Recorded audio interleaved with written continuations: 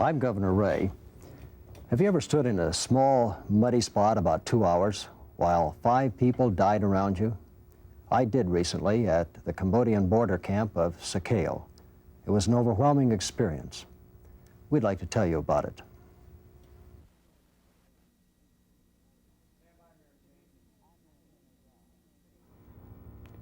Good evening. I'm Mary Jane Odell. Because of the tragedy of genocidal proportions in Cambodia, IPBN is presenting a 30-minute report on Cambodia, What Iowans Need to Know, followed by an international documentary on Cambodia produced by WGBH in Boston. Recently, 3 Iowans visited refugee camps set up for Cambodians. They are Governor Robert D. Ray, Mrs. Robert Ray, and Kenneth Quinn, who is an administrative assistant to the governor and a specialist in East Asian affairs with the United States State Department. The photographs, by the way, that we will be seeing tonight are mostly taken by you while you were on that trip.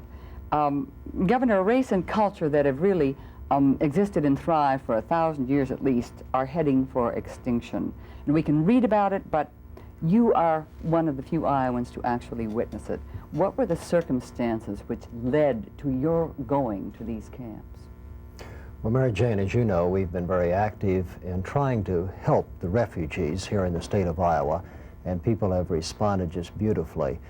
But we were in China, and we made arrangements to go to Thailand to see some of the refugee camps, just to see if they were as deplorable as we had heard, and if the plight of the refugees was as serious as we had heard. Well, I can tell you that there's no way to over-exaggerate, because what we saw was so moving that it will be indelible in our minds for the rest of our lives. We saw misery and tragedy, the like of which you really can't explain. I think it defies description. Really beyond your wildest... Well, a picture just shows an inanimate object almost, because it's not moving. When you're there and you see these people that have nothing and so little hope, and speaking of the pictures, I know you didn't have to look for a picture for emotions. They were all around you. And no matter where you would look, you could take any of these pictures. And I always thought when I saw them in the papers, they'd really either set it up or tried very hard to find one, but that's not the case. No. Ken, what yes, are the... I was in Vietnam for 5.5 years, and I've seen an awful lot of, I think, pretty terrible things there, but nothing that compared with this, nothing on this scale of the degree of human misery. Describe the conditions, Ken. Food, water, even. I think the first thing is that the camp we went to wasn't even in existence 5 days beforehand. It had been a jungle, and bulldozers came in and were plowed all the trees down, and then 30,000 or so human beings were deposited in the middle of it. No food, no water, no houses. Everything had to be brought to them. And what about doctors, physicians? Well, there were a few volunteers who were there, and they were working feverishly. They were really heroic people, and many Americans came down from Bangkok on the weekends to try to help. There were many teenagers in the camp, and they were the real heroes of what we saw. To give us an idea, what the population of Cambodia was estimated to be what? About 7 to 8 million people in originally. 1970. Yeah, and now is what? Well, the estimates are that as many as 2 or 3 million people may have died between 1975 and now, and perhaps even 2 or 3 more million face death from starvation and famine. I think to keep that in perspective, Mary Jane, we have about 3 million people in the state of Iowa. So that's like wiping out 2/3 of all of the people of this state. These are people that have been killed because of war. These are people who have starved because they didn't have enough food. These are people who died because they were ill. And it's just so tragic, and it's so hard to understand. And when we talk about it, I find myself talking in terms of numbers like 1 million people. We can't really comprehend how many people that is. How many people were actually in the camp that you saw, the one that we're talking about right now? That one, the one that Ken's been making reference to, we saw 30,000, or saw a share of the 30,000 people that were gathered together on a plot of land of about 40 acres. And that's about the size of a city like Fort Dodge.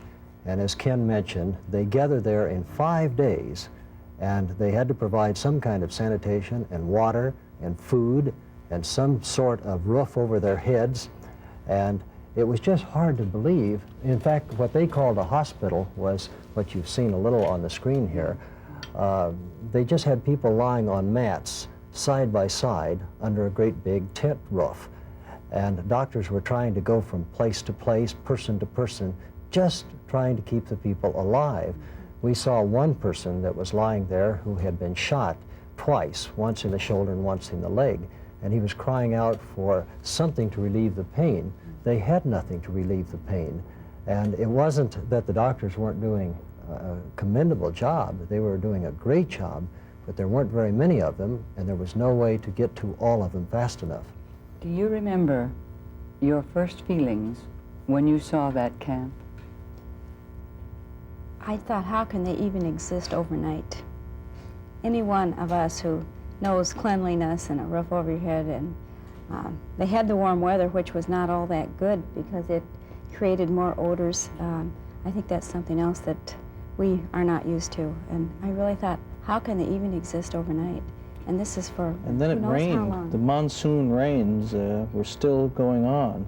And so these people are set in the middle of this patch of dirt, were subjected to torrential downpours. And so the camp started to flood, and it was very muddy as we walked through it. And I slipped several times, and my up to my ankle in mud. This picture that was just on, Mary Jane, it had one of the IVs that they were using in the hospital area, and I thought, you know, the sanitary conditions were so poor that, and yet they were still trying to do something.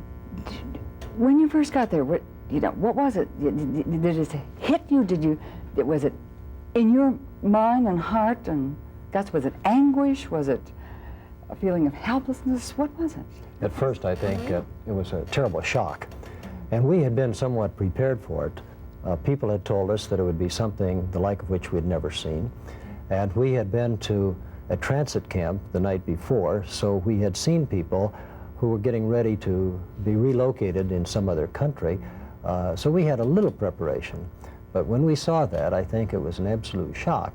And after the impact, it made me feel kind of sad, because suddenly I was looking at human beings that were dying, literally dying, and I was looking at them almost as though they were objects, because after a while you walk through the camp and you sort of take it for granted. And I had to kind of pinch myself to make me realize that these were still human beings. They were blood and flesh, just like you and me. They were people that we felt had a right to live, and yet you felt so helpless. Like, what could you do? Let me give you an example of, I think, that might point up how tragic it is. Keep in mind that this camp with this mass of humanity, and at night there was no electricity, so it was coal black. They had a couple of kerosene lamps, and since the people that had been working all day had to get some rest, they asked for some volunteers, and a young man that was with us decided to go back out at night and help. And his job was going to be to dispense some medicine for those who were able to get out of the hospital, climb up to a table to get an allocation of medicine, because they couldn't walk around at night. And this little 10-year-old girl came up to him, and just try to picture this, in the middle of the night, so dark, with this little kerosene lantern sitting on this little table. And he reached out to give her her medicine. She reached up to take it, and she collapsed right in his arms. She was dead, just died right in the man's arms. Now, if you want an unforgettable experience, that has to be it. I think the silence that I felt over the camp, there were no emotional outbursts of laughter or loud talking or even pain. Occasionally you would hear a cry from a child, but these people were really unemotional at this point, and I felt that. Yes, they're like traumatized. Some people said almost like zombies. There was one scene of a young woman just sitting in a puddle of water next to a water, had this water dispensing device. And She was actually sitting just in sitting there about for 3 45, inches yeah, of water, mud. just stunned and looking ahead. And How long were you there? In Thailand or in that No, particular in that camp. We were there in this particular camp a couple of hours. And then you flew off to go and stay someplace else. Did you feel guilty about that? Knowing that you were probably going to get something to eat and something? Felt that for quite a long time afterwards. And of course, I think we all came back determined to do what we could. And I think hopefully we have helped some. What do you remember the most vividly about that, Ken? the thing that I guess is always etched in my mind are the little children. Somehow, if you see adults dying, this doesn't have the impact. But children are so innocent, they're so helpless. And to see them with, just skin and bones and the large protruding stomachs. And I have a little 3-year-old boy, and it was, I think of him, and when I came back home, just, to hold him again, and you can't help but transpose and put him into that situation. And then you just have to know the pain that the mothers and fathers must go through.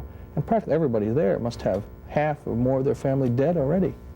2 million Cambodians dead. I think that's another thing you can't see, but when you stop and think about the anguish that goes through those people, you realize that most of them have lost part or all of their families. They have no idea where they're going. They have no possessions. They're sick and ill. They're hungry, and they're worn out and beat down. And bundle all of that up and put inside of any human being, and you just can't imagine what that feeling would be like. Except they don't even have a country to go to. So did you have nightmares about this? I did dream about it, yes. And I'm not one that usually will dream. And it had to be the impact of it that made me really think about it 24 hours a day for a long time. Was there some specific thing that hit you the most vividly?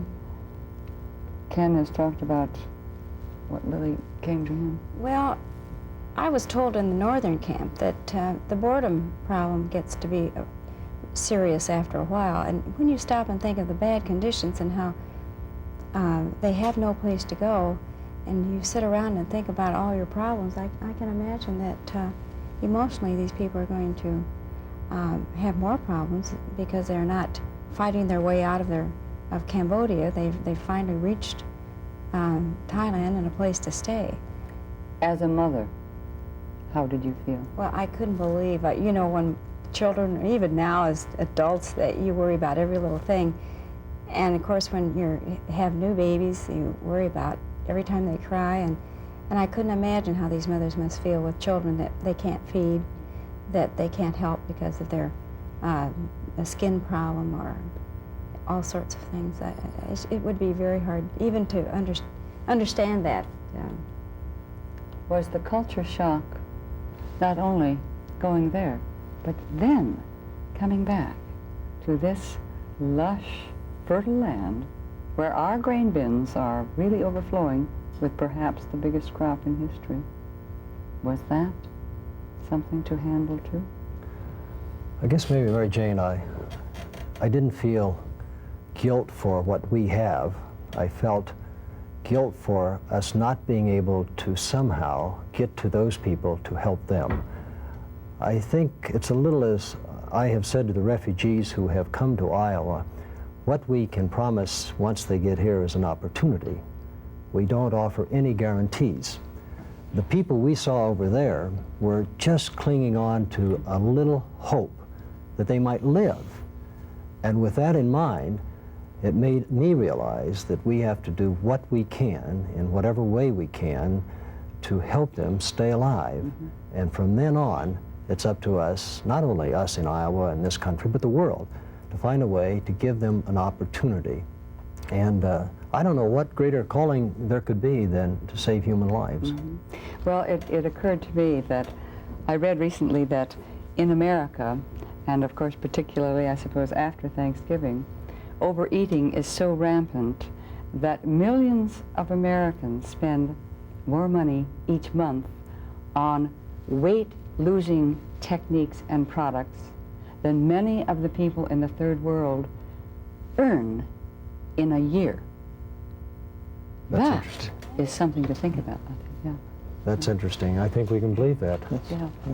Yeah.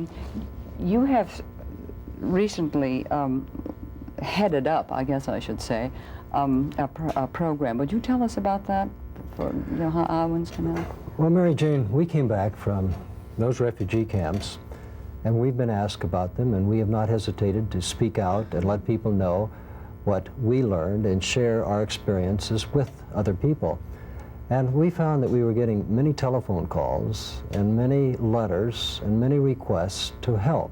And that's gratifying. It made me feel good, particularly in view of the fact that we have seen surveys where many Americans are saying they don't want to help refugees, that there are people way off someplace else, we owe them nothing. And so Iowans have responded, and it's made us feel good. Well, a group of church leaders and some others came to me, and they said, Governor, we know what you have done, and you've created an atmosphere by which we think people want to be helpful, and we would like to volunteer help. Well, as a result of some of these contacts and all of the mail that we were receiving, we decided that we should provide a focal point where people can zero in on how they can help. So consequently, we have now announced what we call Iowa Shares. And that means that we're going to send help to aid the refugees and end starvation. It's kind of a long acronym, but I think it has a real meaning. And what we would like to do is to allow people who want to participate, who want to give and want to help, a place to come where we can give all the assurances possible that the money will go for the right purposes and get to the right people. And it's just been received so well, and we're going to conduct this kind of an appeal between the Thanksgiving and Christmas period. And we think that's an appropriate time, we think it's a good time, and we think it does offer everyone a chance to do something if they would like. Is there a telephone number or an address that people can... People can send contributions, send checks or money orders to Iowa Shares, Box 1979, Des Moines 50306. And they should, if they're sending a check, make it out to? To Shares? Iowa Shares. Iowa Shares. Okay. Is there a telephone number? If anyone needs to call, I think they could. They can call me. All right. Call Ken. I'm directing this. Yes, my number is 515-281-4098. Okay. And if the line's busy, call back. I got a letter today from a little 9-year-old boy, Really? and he sent his $50 check. That was his Christmas money. Oh boy.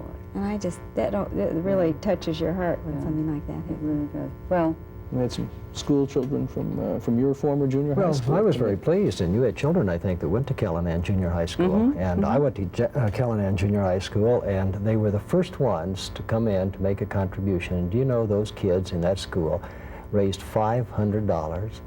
and the faculty felt that if the kids could do that, they ought to do something, and they brought in $525 from one junior high school. And I'll tell you, those kids and that faculty that we saw were very happy people. Yeah. Well, Iowans are, in my opinion, and I've stated this many times, not only intelligent but humane. So I think it should go very well. You mentioned a moment ago, though, something, and this is what a few people will wonder, because with this feeling of helplessness goes also the feeling of, well, if we do give, say, a certain number of bushels of grain, or if we do give a certain number of dollars, how will we know where it's going, and will it get to the people who are starving? We have some assurances, Mary Jane, and I think we feel comfortable with them because we were there. We know the ambassador to Thailand from the United States. We know the people that are working in the camps, and truly they're dedicated individuals. They could hardly take time to talk to you because they had to get back to help those unfortunate dying people.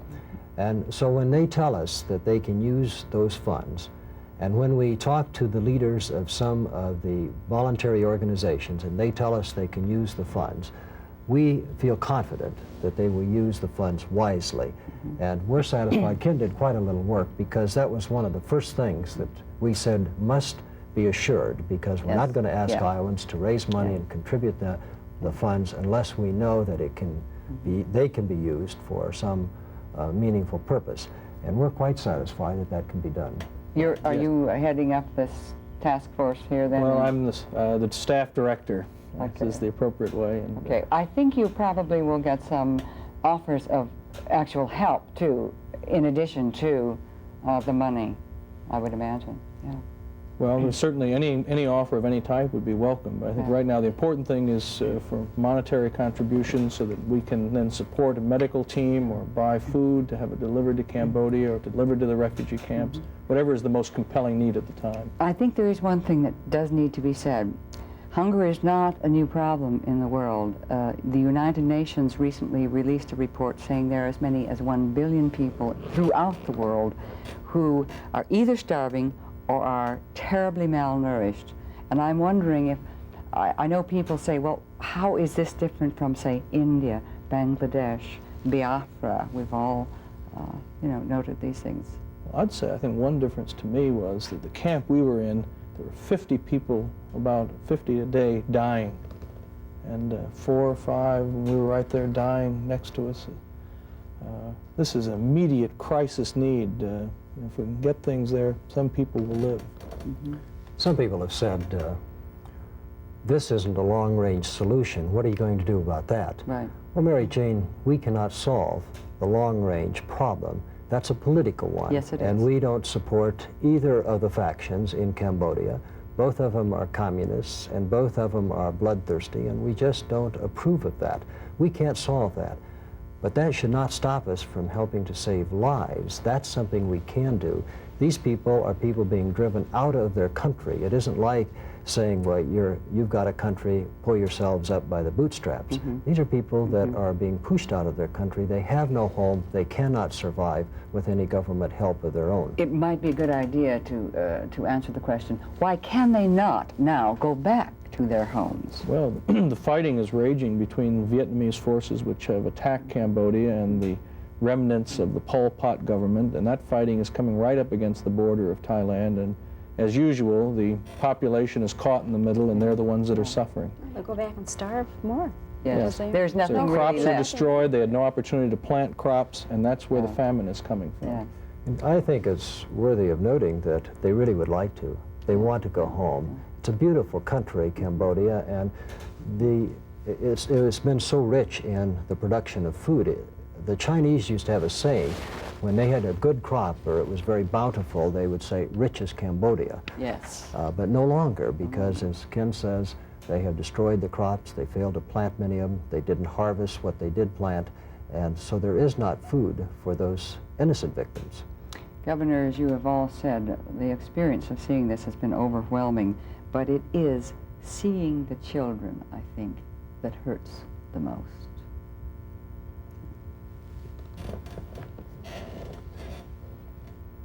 You know, I was taking some pictures, and they like to have their pictures taken. Most of them just didn't care. But you get the young kids there, and you could do something then to make them laugh.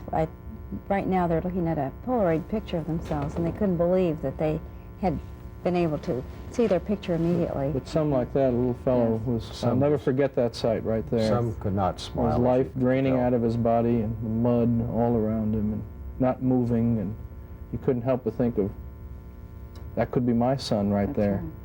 right. And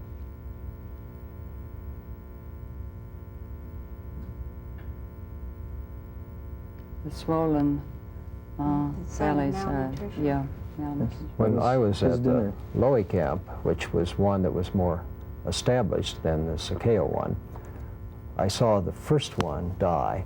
It was a 9-year-old girl who was lying in one of these little tents, and her mother and her aunt were emotionally shaken up by it, obviously. And they were having a little religious ceremony around that child. And that was the first death that I had been close to in one of those camps. And if there were anything to get you to think of your own children, that would do it.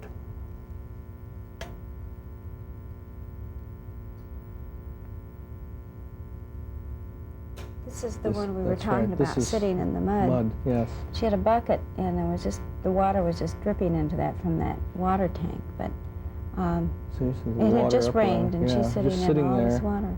Just I didn't move. think she was Nowhere in shock. to go. In shock. I think she was in shock.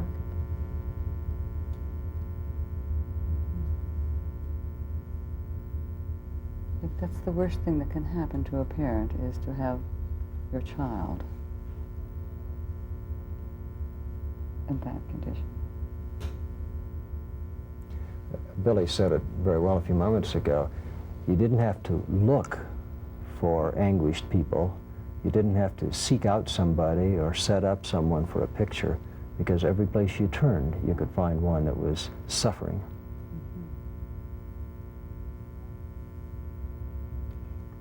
The doctors would just walk through. You know, we always think of them having a chart on each one and knowing what's wrong and Sure. what to do.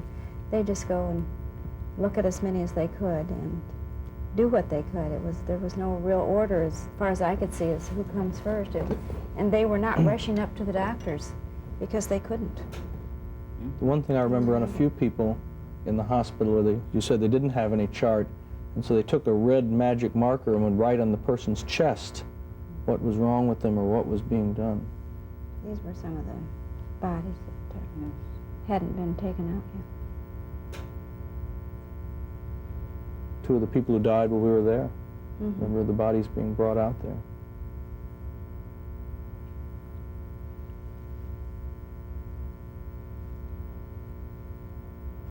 This young boy was in charge of it. Must have been his little brother, and he was trying to get him to smile for a picture.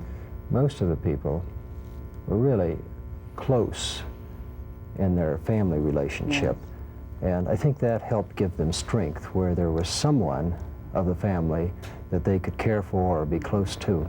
Well, as you said before, one of the marvelous things about kids is they will smile if they possibly can, because that is their nature.